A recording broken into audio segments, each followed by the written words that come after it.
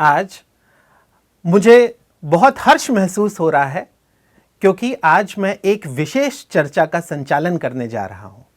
ये चर्चा महज एक चर्चा नहीं है, बल्कि ये यात्रा होगी हर्ष की, उल्लास की और रंगों से भरी हमारी संस्कृति की। होली एक ऐसा महान पर्व जिसको सुनते ही हमारा मन आनंदित हो उठता है। दिमाग में भूली बिसरी बचपन की कुछ यादें, जब हम अपने दोस्तों के साथ सारा सारा दिन गली मोहल्लों में होली खेलते थकते नहीं थे। नाक में एकाएक सुगंधित पकवानों की सुगंध दस्तक सी देने लगती है। ऐसा है ये महान होली का पर्व। निश्चित तौर पर यह एक पर्व है जिसके पीछे कुछ ऐतिहासिक, सांस्कृतिक और कुछ प्राकृतिक पहलू भी जरूर रहे होंगे। इन्हीं पहलुओं पर बात करने के लिए हमारे साथ आज एक ऐसी शख्सियत मौजूद है जिसे किसी परिचय की जरूरत नहीं है। हमारे साथ हैं निर्मल ज्योति परिवार के वरिष्ठ सदस्य, हिंदी के विद्वान, श्रेष्ठ खेल अध्यापक, हमारे मार्गदर्शक और एक कुशल वक्ता। जी हां, मैं बात कर रहा हूं माननीय निरंजन गौतम जी की। गौतम जी, आपका इस कार्यक्रम में बहुत बहुत स्वागत है। धन्यवाद नवजोत। और मैं खुद बहुत आनंदित और आह्लादित हूं इस पवित्र त्योहार के बारे में आपसे चर्चा करने के लिए। आइए आप और हम चर्चा का आगाज करें और स्वयं भी आनंदित हों और सबको भी आनंदित करें। जी सर, मैं सबसे पहले आपसे ये जानना चाहता हूं कि जिस प्रकार इस वर्ष होली का ये त्योहार 14 मार्च को मनाया जाना है, तो क्या हर वर्ष ये दिनांक 14 मार्च ही रहेगा? क्या ये दिनांक कभी बदलते नहीं हैं? क्या होली मनाने के लिए कोई निश्चित समय होता है? क्या कोई तिथि होती है जब ये होली का त्योहार साल में मनाया जाता है? इस पर थोड़ा सा प्रकाश डालिए। जी हाँ नवजोत, तिथि और दिनांक, इन दोनों में जो मूल अंतर है वो ये है, तिथि एक्चुअल में हिंदी कैलेंडर के अनुसार है, जो पंचांग भी कहा जाता है हमारा जी, और दिनांक हमारी अंग्रेजी कैलेंडर के अनुसार है। इस बार होली 14 मार्च की है, पर अगली बार शायद वो 15 मार्च की भी हो सकती है, 20 मार्च की भी हो सकती है, 5 मार्च भी हो सकती है। कारण क्योंकि जो हिंदू कैलेंडर है उसके अनुसार जो फाल्गुन मास है, फाल्गुन मास की पूर्णमासी के दिन होली का त्योहार हम शुरू करते हैं।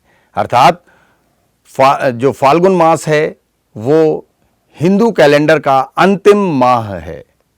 जैसे हमारे यहाँ दिसंबर होता है, जी, वैसे ही हिंदू कैलेंडर में अच्छा, ये जो फाल्गुन मास है वो अंतिम माह होता है। जी हाँ, तो फाल्गुन मास की जो पूर्णमासी आती है उसकी रात्रि में होली का दहन होता है और उसके बाद दूसरे दिन धुलेड़ी, या जिसको सामान्य रूप से हम रंग खेलना कहते हैं, वो हमारा प्रारंभ हो जाता है। धन्यवाद सर। और आज हमने जाना कि इसका एक निश्चित समय होता है, एक तिथि होती है जब हम होली का ये पवित्र त्योहार मनाते हैं। धन्यवाद आपका बहुत बहुत। अब इसी चर्चा को आगे बढ़ाते हुए मैं आपसे अब ये जानना चाहता हूँ कि होली का ये जो महान पर्व है, इसको आखिर क्यों मनाया जाता है? इसके पीछे महत्व क्या है? निश्चित तौर पर इसके पीछे कोई धार्मिक, सांस्कृतिक, प्राकृतिक कोई ना कोई पहलू ज़रूर रहे होंगे। तो मैं चाहता हूं कि आप हमारे दर्शकों को इन पहलुओं पर थोड़ा सा प्रकाश डालें। जी हाँ नवजोत, मैंने जितना अध्ययन किया है उसके हिसाब से मैं ये कह सकता हूं कि प्रत्येक त्योहार मानव कल्याण की भावना निहित होता है।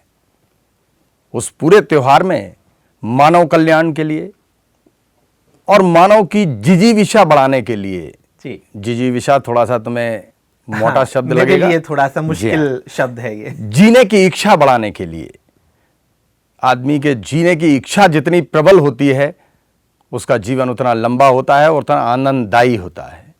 तो प्रत्येक त्यौहार जो है वो इसी प्रकार से मानव कल्याण के लिए ही मनाया जाता है। परंतु यहाँ मैं ये भी कहना चाहता हूँ कि जो होली का उत्सव है, इसके पीछे एक पौराणिक गाथा है, एक किंवदंती है कि बहुत प्राचीन समय में एक हिरण्यकश्यप नाम का राजा हुआ जो बहुत शक्तिशाली था। उसे अपनी शक्ति पर, अपने बल पर इतना अधिक घमंड हो गया कि उसने स्वयं को ईश्वर घोषित कर दिया। उसने ये तय किया कि हमारे राज्य में सिवाय मेरे किसी और देवी या देवता की पूजा नहीं होगी। जो उसकी प्रजा थी उसके इस आदेश से भयभीत थी और इसलिए सभी लोग उसको ईश्वर मान के पूजा करने लगे। पर विधि का विधान देखिए और समय का चक्र देखिए कि हिरण्यकश्यप के घर में ही उसके पुत्र का जन्म होता है जिसका नाम होता है प्रहलाद। प्रहलाद बचपन से ही भगवत भक्ति के प्रति पूरी तरह समर्पित था और उसने अपने किशोर अवस्था में आने के पूर्व ही ये तय कर दिया और ये बता दिया कि वह अपने पिता को भगवान नहीं मानता। ये सुनकर, ये देखकर हिरण्यकश्यप बेहद क्रोधित हुआ और उसने अपने पुत्र प्रहलाद को मरवाने के लिए कई प्रयास किए। उसके लगभग सारे प्रयास असफल हो गए। हिरण्यकश्यप की एक बहन थी होलिका, जिसे यह वरदान था कि वह अग्नि में जल नहीं सकती। होलिका अपने भाई की उदासी देखकर परेशान हुई और उसने अपने भाई से कहा कि भाई, आप बिल्कुल निराश ना हो, प्रहलाद के लिए मैं अग्नि की चिता में बैठूंगी और वहां पर अग्नि की चिता में बैठकर मैं उसे अपने गोद में बिठा लूंगी। मुझे तो वरदान है कि मैं अग्नि में जल नहीं सकती, पर प्रहलाद जल जाएगा और आपकी इच्छा की पूर्ति हो जाएगी। हिरण्यकश्यप बड़ा प्रसन्न हुआ। होलिका प्रहलाद को गोद में लेकर लकड़ियों की चिता पर बैठी, आग लगा दी गई। प्रातः लोगों ने देखा कि होलिका जलकर राख हो चुकी है और प्रहलाद जीवित नाच रहे हैं। तभी से यह परंपरा शुरू हो गई कि होलिका या दहन होने लगा और सुबह सुबह होली का रंग होने लगा। सर, मैं आपसे एक जिज्ञासा थी मेरे मन में, उस पर बात करना चाहता हूं कि अगर होलिका को भगवान से ये वरदान प्राप्त था कि अगर वो आग उसे जला नहीं सकेगी, तो फिर ऐसा कैसे हो गया कि भगवान को अपना ही वरदान खंडित करना पड़ा? आपने सुंदर प्रश्न किया।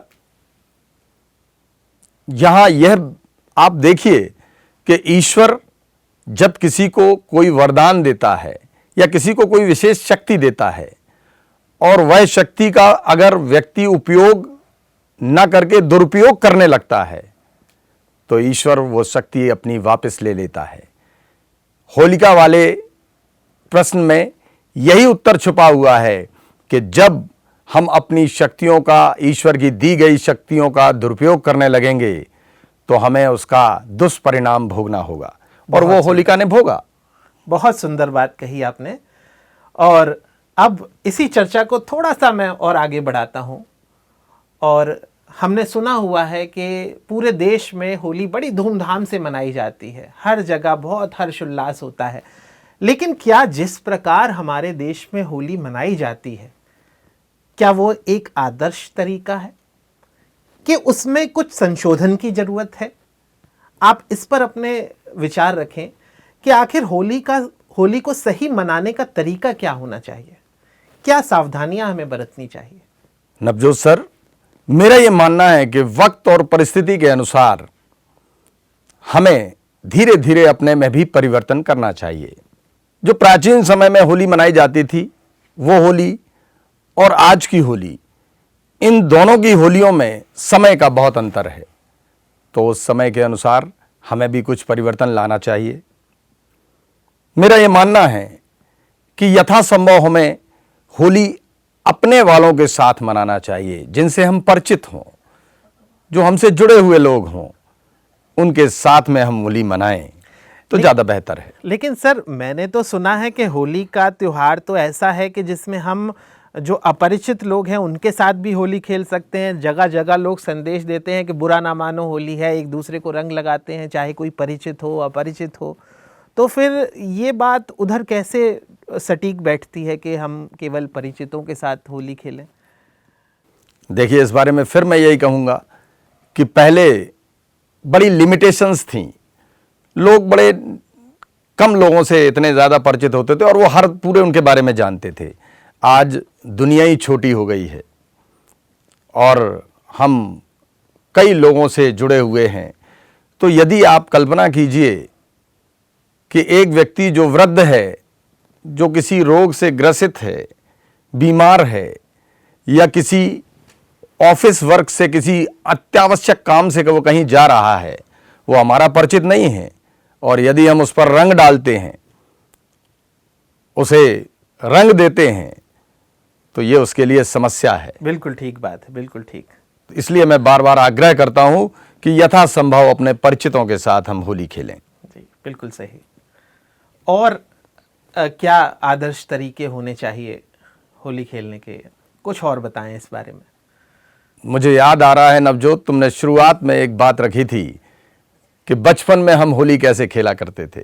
तो मुझे भी अपने बचपन की याद आ रही है कि बचपन में जब हम लोग होली खेलने के लिए तैयार होते थे तो हमारी माँ हमारे चेहरे पर, हमारे हाथ पांव पर जी बिल्कुल तेल लगा दिया करती थी। जी सही। उस समय उसका कारण नहीं समझ में आता था, पर आज हमें उसका कारण समझ में आता है कि वह हमें जो रंग हैं उनकी तीक्ष्णता से, उनके किसी नकारात्मक प्रभाव से बचाने के लिए वो तेल लगाया करती थी। और आज हम देखते हैं कि कई केमिकल से मिले हुए अलग अलग प्रकार के रंग, वार्निश, ये सभी जगह प्रचलन में हैं। लोग पैसा कमाने की होड़ में कई प्रकार के रंगों का प्रयोग कर रहे हैं जो हमारी त्वचा के लिए बहुत हानिकारक हो सकते हैं। तो मेरा यही आपसे आग्रह है कि हम सभी लोग ऐसे रंगों का प्रयोग करें जो वास्तव में इको फ्रेंडली हों, जो वास्तव में हमारी त्वचा को किसी प्रकार का कोई नुकसान न पहुंचाएं। इसलिए कोशिश हो कि ऐसे रंगों का ही हम होली खेलने में प्रयोग करें। नंबर दूसरी बात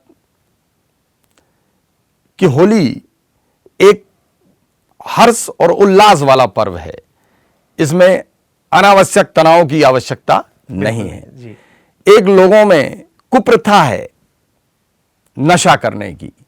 लोग सोचते हैं कि भांग पीना होली में आवश्यक है। जी जी जी, ये बहुत ज्यादा प्रचलन में है। जबकि मेरे ख्याल से किसी भी धर्म ग्रंथ में कहीं भी ऐसा कोई उल्लेख नहीं है कि जहां नशा करना किसी भी त्योहार पर आवश्यक हो। जी। हमें हर प्रकार के नशे से अपने आप को और अपने मित्रों को सबको दूर रखना चाहिए और इस कुप्रथा को बढ़ावा नहीं देना चाहिए। इसके साथ साथ एक चीज और मैं आपसे कहना चाहता हूं कि ये जो त्योहार है ये रंगों के साथ साथ पकवानों का भी त्योहार है। जी। सामने पकवान आपको दिखाई दे रहे हैं। जी जी। आप देखिए कि सामने गुजिया रखी हुई है और उसके साथ साथ नमकीन या पपड़ियां रखी होती हैं।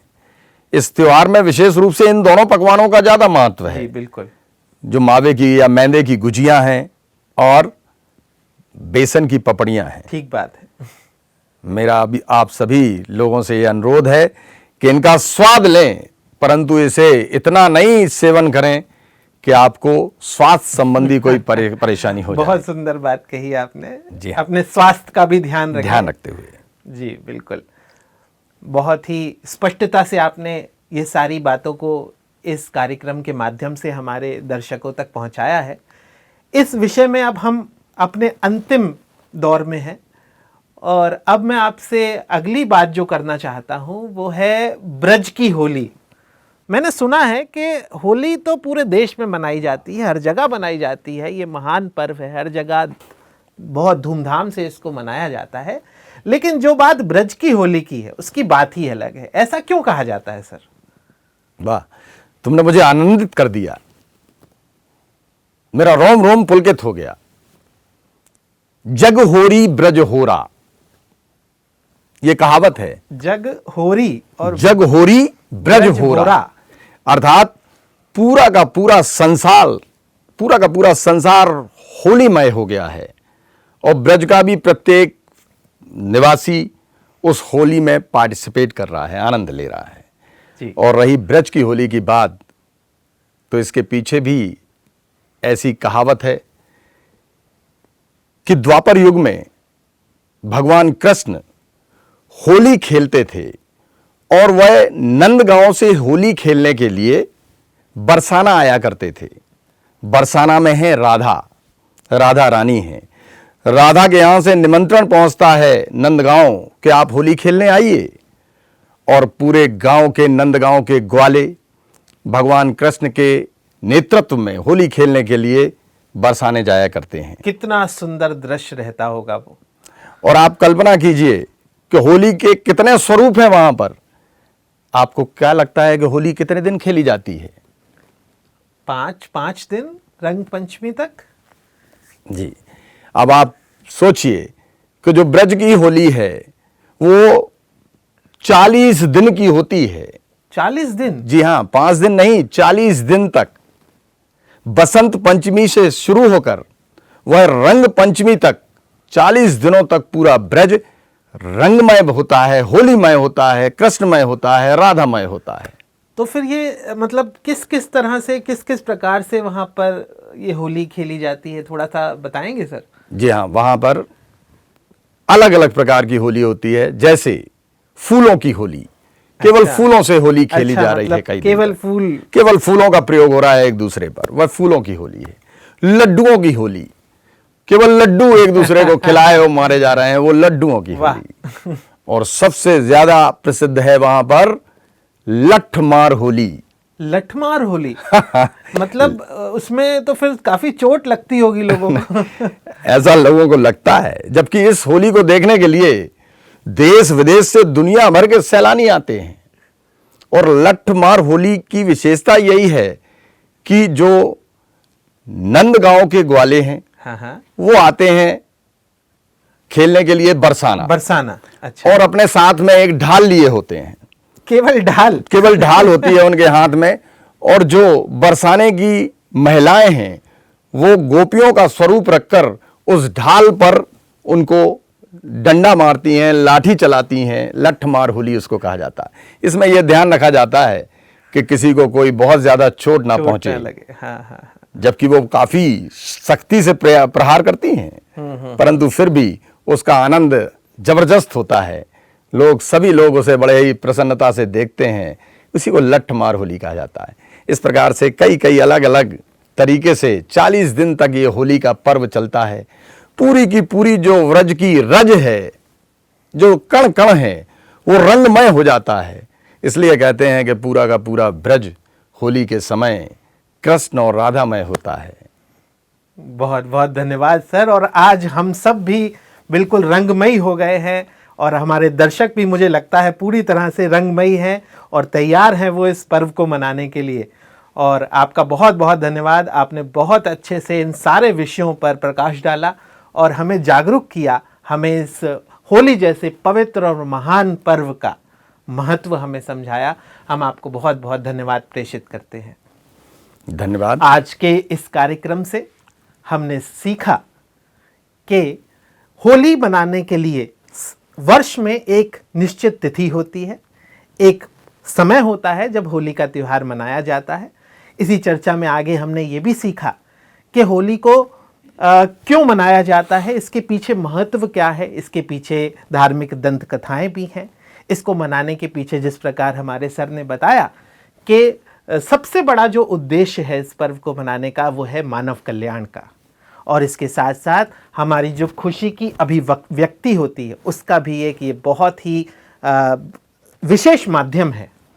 इसके बाद हमने इसी चर्चा में आगे ये भी सीखा कि हमें क्या क्या सावधानियां इसमें बरतनी चाहिए। हमें मैदे के बने हुए पकवान को हम कम खाएं, अपने स्वास्थ्य का ध्यान रखें, गंदगी से बचें, नशों से हम दूर रहें। तो ये सारी चीज़ें भी हमने इस चर्चा के माध्यम से आज यहाँ जानी और सीखी। इसके बाद हमने ब्रज की होली, जग होरी और ब्रज का होरा, तो ये एक हमने अद्भुत बात और किस तरह अनेकों प्रकार से होली को मनाया जाता है आज हमने इस चर्चा से सीखा। हम बहुत ज़्यादा हर्षित हैं, बहुत खुश महसूस कर रहे हैं। आज आपकी वजह से हमारी बहुत अनेक जिज्ञासाओं को तृप्ति मिली है। तो आपका हम फिर से पुनः एक बार बहुत बहुत आपको धन्यवाद देते हैं और आपको पुनः एक बार होली की हम बधाई देते हैं। आपको भी होली की बहुत बहुत बधाई। और इसके साथ साथ सभी दर्शकों से भी हमारा निवेदन है कि होली को सभी धर्म, जातियों, भाषाओं, इन सब से ऊपर हटकर केवल मनुष्य के एकमात्र मिलन के रूप में, एकता के रूप में मनाएं, तभी हमारा ये होली मनाना सार्थक होगा। अन्यथा ये दिन आया है और चला जाएगा। और अंत में आप सभी को होली की बहुत बहुत शुभकामनाएं।